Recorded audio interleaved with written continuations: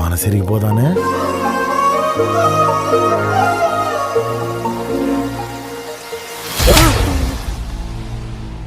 మాట్లాడుతున్నా దిగే పదబుజ్జి.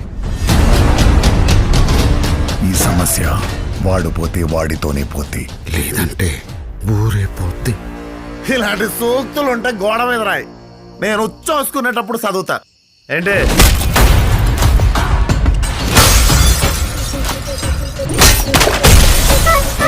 నేను ఇలా చదువుకోలేదు.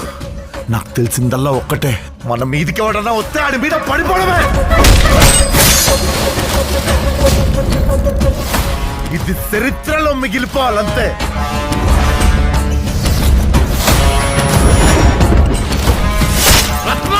టైగర్